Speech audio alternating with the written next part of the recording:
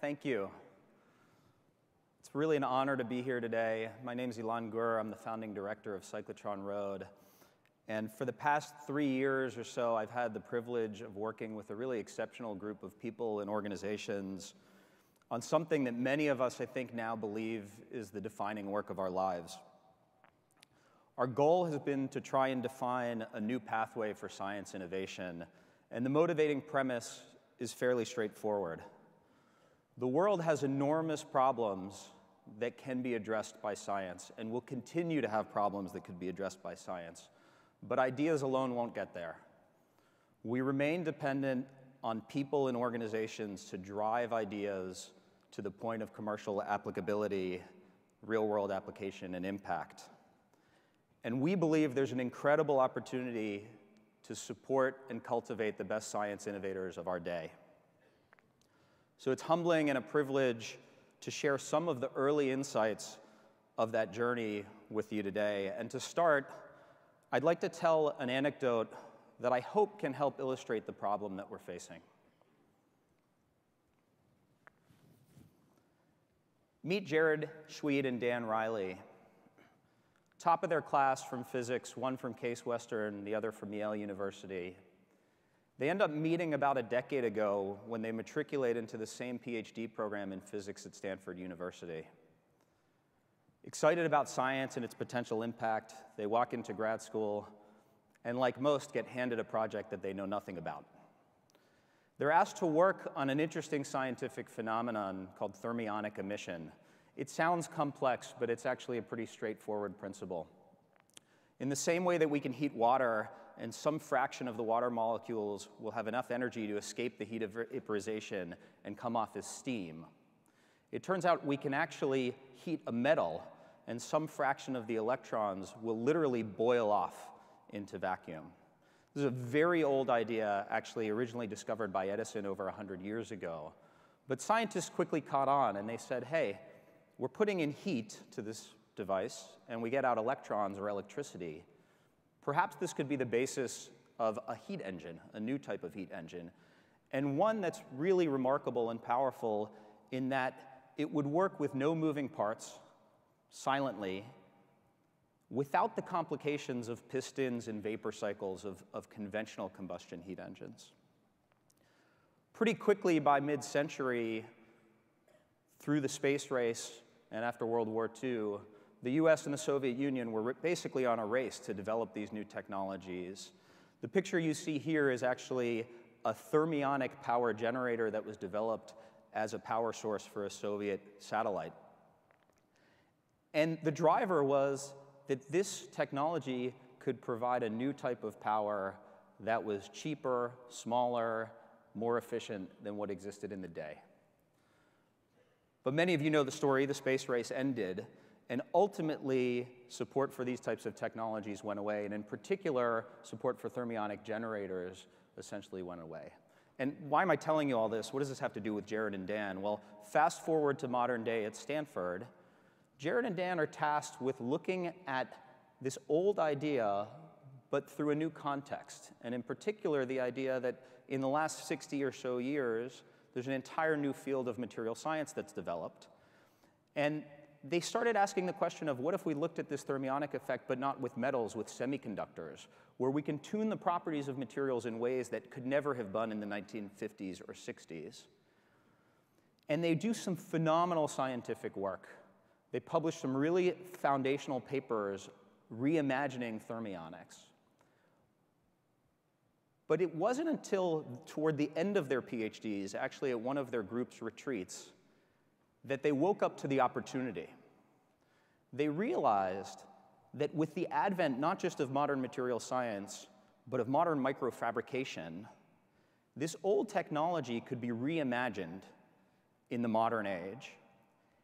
And when they ran the numbers, they said, you know, the stuff that was done 50 years ago actually wasn't that interesting because you couldn't get it to perform enough. You would never be able to make it cheaper. But with what we know today, we could potentially make one of these. Make a power source that's small, no moving parts, out of microelectronics effectively, that could take any source of heat and convert it to electricity on demand silently and extremely efficiently, and we could potentially beat any power source on the planet today, from watts all the way to megawatts. A really powerful, powerful vision. And they have an epiphany, which is we need to stop doing the science. We need to commit our lives to actually building one of these things. And the next question, the very next day they wake up, is, okay, how do we get started? So they go to their academic advisors at Stanford, and they convince them that this is the time to move into some prototyping stage. And the advisors say, we agree with you, but Stanford University may not be the place to do that. Certainly in our lab, our main mission is to educate these students. We need to have new science. We need to have great novel publications and ideas that we're disseminating. You're moving into a realm that's very hard from a technical perspective, but it's more about the prototyping. And really, you should be doing that in industry.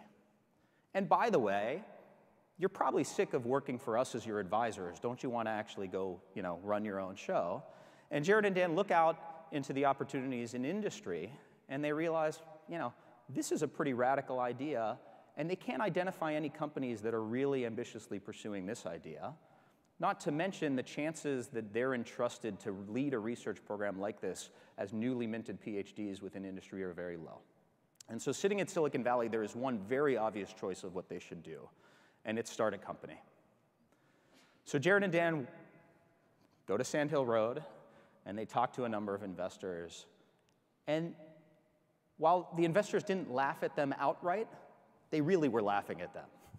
Because they said, I don't understand. This actually could be a pretty powerful idea, but you're two physics students with barely a proof of concept.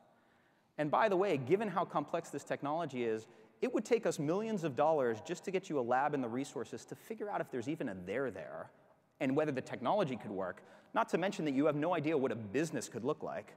So why are you coming us for investment? We invest in businesses. So Jared and Dan get stuck. The investors basically say, come back when you have a prototype. And they think, well, wait a second. This is too applied for the academic world. It's not investable. Where am I supposed to go develop that prototype? And what happens next is, in my opinion, extremely troubling.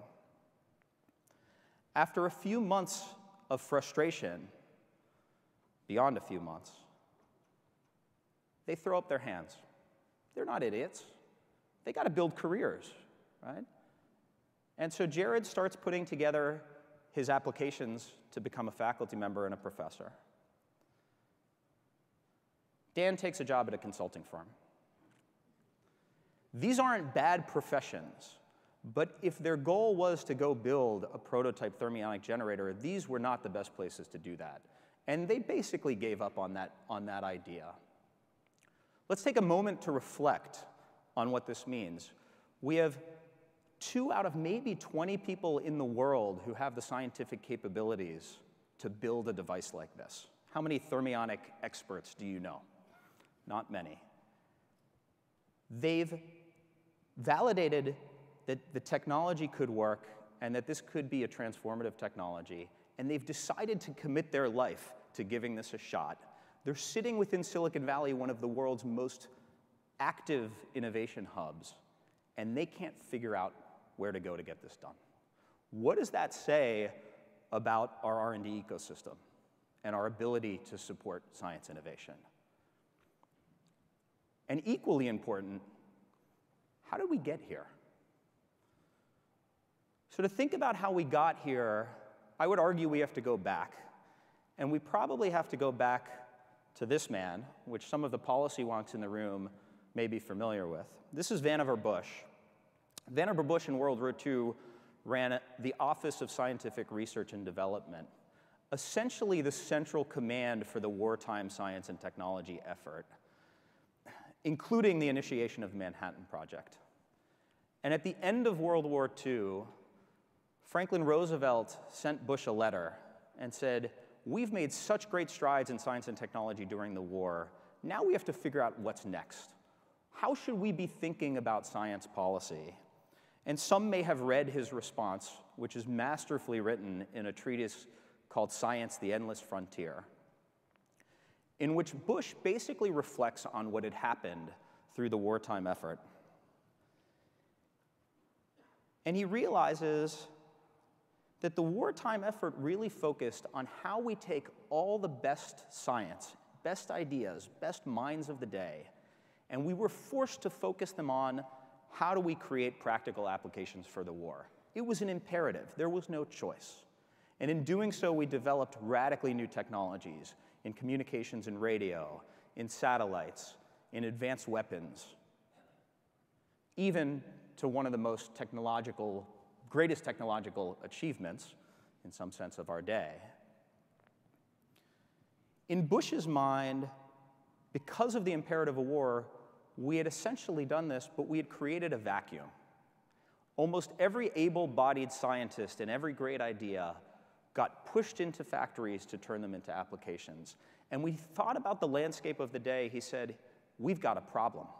We've got phenomenal infrastructure to create applications and wartime products with science. What we're missing is the raw materials. We don't have enough scientists. He actually estimated there was a deficit of about 20,000 scientists just for those who perished in the war, right? The others had essentially been converted to an applied mission. And the core of his response to Roosevelt was, we need to drastically strengthen the institutions we have for basic research. And if we freeze frame at the time of Bush, I couldn't find data all the way back to 1945, but the National Science Foundation has great data. This is 1957, so soon thereafter. We have to realize that at the time, the role of government in science and technology was different. And the majority of federal research funding, this is basic and applied research funding, the majority of that funding went to applied institutions, corporate research labs, and applied federal research labs. Very little money from the federal government actually went into basic science through universities. It was mainly a philanthropic and other endeavor, a private sector endeavor. And Bush said, this needs to change. And his push basically leads to 65 to 70 years of science policy focused on creating these institutions for basic research and re-bolstering this capability, including the creation of the National Science Foundation, the national laboratories, graduate research fellowships, thinking of Jared and Dan again. So let's fast forward that 65 years. Turns out Bush was wildly successful at setting this agenda, and we've had a dramatic shift. I've normalized this graph. This is still the 1957 numbers, but I've added some headroom here. And what's coming on now is what the portfolio looks like today, the shift over 65 years. What you see in orange is every incrementally higher dollar that we spend on a certain research institution today versus what we spent in 1957. And these are all normalized 2005 US dollars from the NSF. And what you see is that we've really changed the portfolio here, a dramatic shift. Almost every additional dollar of research funding in this time frame has gone towards institutions whose primary mission is what Bush suggested: create, safeguard, cultivate institutions that are the breeding grounds of basic science that industry won't touch. And it was the right idea. And just as an example in this time frame, if you look, funding into universities has gone up by about a factor of 30x over this time frame. But research, basic and applied research funding into industry, is basically untouched. We spend about the same in absolute dollars, in absolute value today as we did then. Let's be clear, just to level set, total federal investment in science and research is still very low today relative to what it's been historically.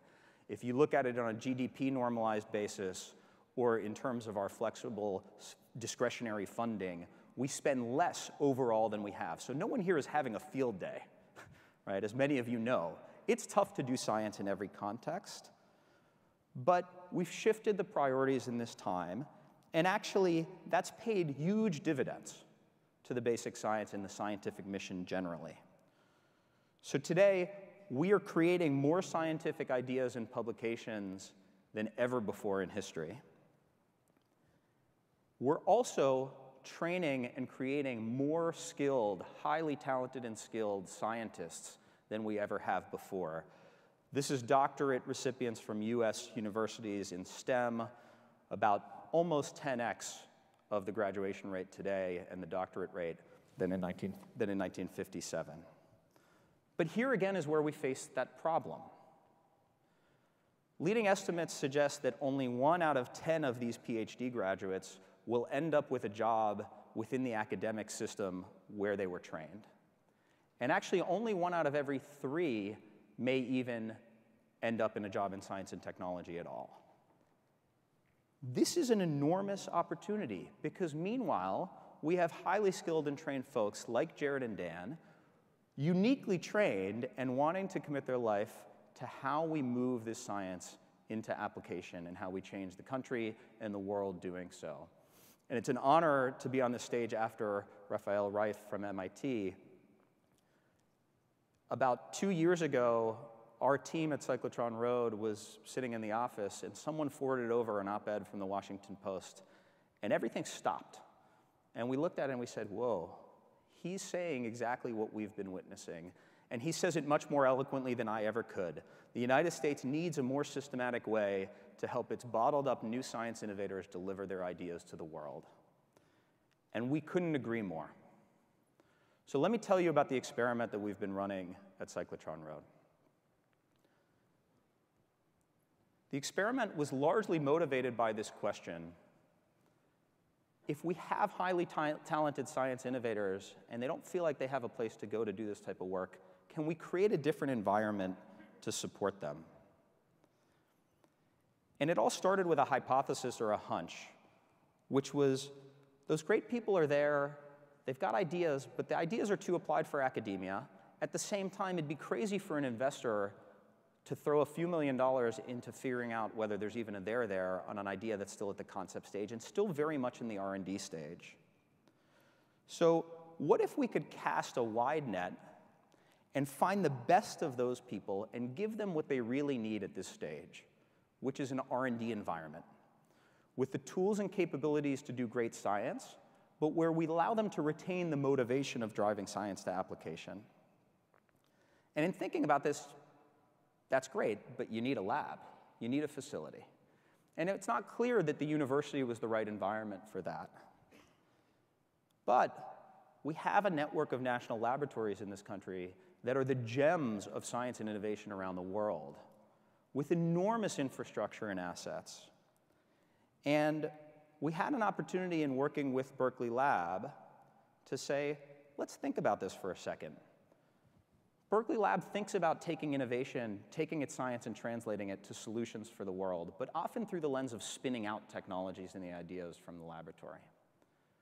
What if we realized that the asset, which was the laboratory, not just the physical assets, but the intellectual assets, could actually serve as a catalyst in a very different way? It could serve as the linchpin that allows these latent, bottled-up innovators across the country to actually mature their ideas to the point of figuring out whether, so to speak, there's a there. So rather than thinking about spinning out ideas and people, what if we thought about spinning them in? Now, we didn't want to recruit folks from across the country and turn them into essentially career track folks at a national lab or a university. So this would have to be a transient sort of thing. So the idea was, well, what if we just give them 2 years to be embedded in this laboratory, allow them to mature their ideas, which we know are pre-commercial and clearly still in the R&D phase. And the hope was that in making that maturation happen, potentially we could give them a runway and a support structure to get them to the point where the right private sector partners and investors could pick them up and take them forward from there. And so Berkeley Lab actually was willing to fund and support a pilot that we launched out of Berkeley Lab. And the pilot started in July of 2014 when we put up a website. And the website basically was pointed towards science innovators saying, we think you're out there and we think you need a place to go to do this work. And we launched the website and we held our breath. And the first question was, would anyone bite? It turns out the response was overwhelming. In about 2.5 weeks, we had to shut down the application portal because we had 150 scientists, largely but not only PhDs, from around the country saying that they would pick up their lives and move to Berkeley Lab to do their work because they felt like this is exactly what they needed. And through the support of Berkeley Lab, and ultimately in a partnership with DOE's Advanced Manufacturing Office, we were able to accept 8 of these innovators with the goal of essentially having this program serve as a home for them in this transitionary period. These are the 8 innovators working on 6 different projects that we picked, and you see Jared and Dan here. The reason I know their story so well is because ultimately, as soon as our program went live, they let go of those other job opportunities. They came into the program, and we've been supporting them ever since. And we've been inspired by their story, but we've also been inspired by all of these other innovator stories, as well as all the applicants. What we found was every applicant had a really compelling story on some vision they had about moving science to the world, but also a really compelling story on why they didn't feel like they were being supported by the organizations of the day. The next question was, well, we're bringing them into this experimental new model. It turned out our model was set up just to provide a little bit of funding to support them as a living stipend and embed them in the lab. We didn't actually have enough funding to support their R&D. So we had to hold our breath again and say, what's going to happen here? And what happened was really remarkable. They blew us away with their technology progress and their progress on maturing these ideas towards application. And the way we see it is we found these innovators who sat in this gap between science and product, and we were at risk of losing them. And through the program, we were able to essentially give them a home and try and build that bridge. And in just 2 years, this small group of innovators was able to make new scientific discoveries, scale materials from test tube size to big vats of material, break world records in prototypes, find new applications for their technologies, in some cases even find an initial customer. Beyond that, because we didn't have enough funding for their research, we had to see what would happen, whether they could find that funding from other sources. And they were able to leverage the fact that they had this home, this support structure, to build their stories, do some initial preliminary work at the laboratory, and then attract more money. In the 2 years of the program, these 6 teams were able to attract about $10 million in additional R&D funding from the ecosystem that exists that wants to support this work to fund their work. And then towards the end of the program, the first private investment started coming in. And we're proud to say that now at the end of this pilot, after 2 years, every single one of these small teams either will have leveraged the support in our program to build a prototype and develop a hypothesis of how this gets out into the world, or they'll have the funding from other sources to do so. And the initial interest of the private sector is quite interesting because they've had time to think about the right path to move their technologies. The funding and private sector partners that they're finding are not all just the same traditional financial venture capitalists and investors, but they're partnering with companies. They're getting funded by companies. They're even getting funded by angels and philanthropy in cases where this might be a larger path. And so the catalytic effect has been really, really phenomenal.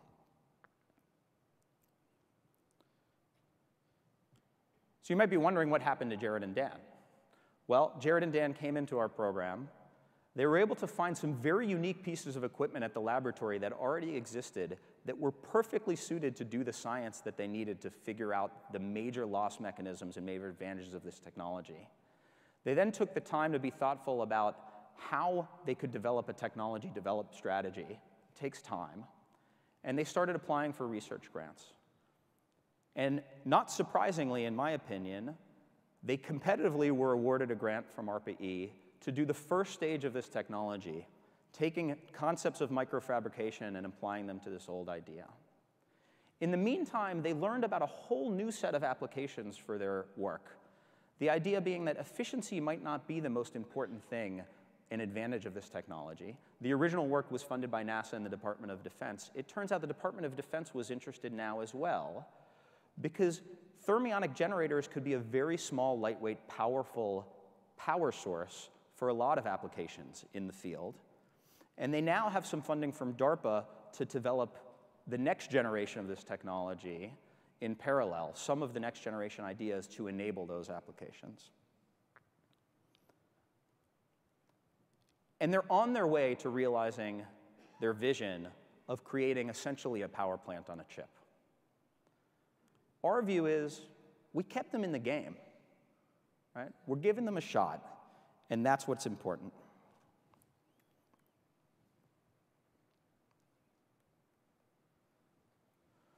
So what's next? Where do we go from here? Well, one of the most poignant moments from our experience so far at Cyclotron Road was when we brought all of our finalists in for one of our competitions. Innovators from across the country, we had about 30 of them in the room. And we asked them a pretty simple question. We said, why are you applying? Why do you want to come here? Why do you want to do this applied work? Why do you want to do something that might end up as a startup or in a company, but in this really in this way where you're leading the project? And we had a few ideas. Maybe it's because they want to be their own boss.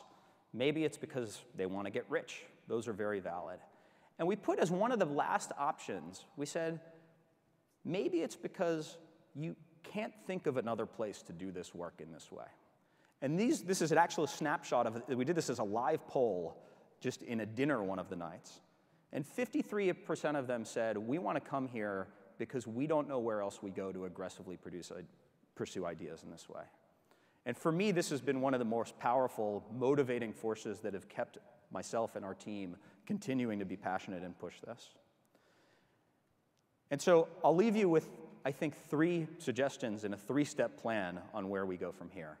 Number 1, I think, is obvious. We need to recognize this problem. We need to recognize this latent potential of bottled-up innovators that we have to support. Number 2, we need to identify the root cause.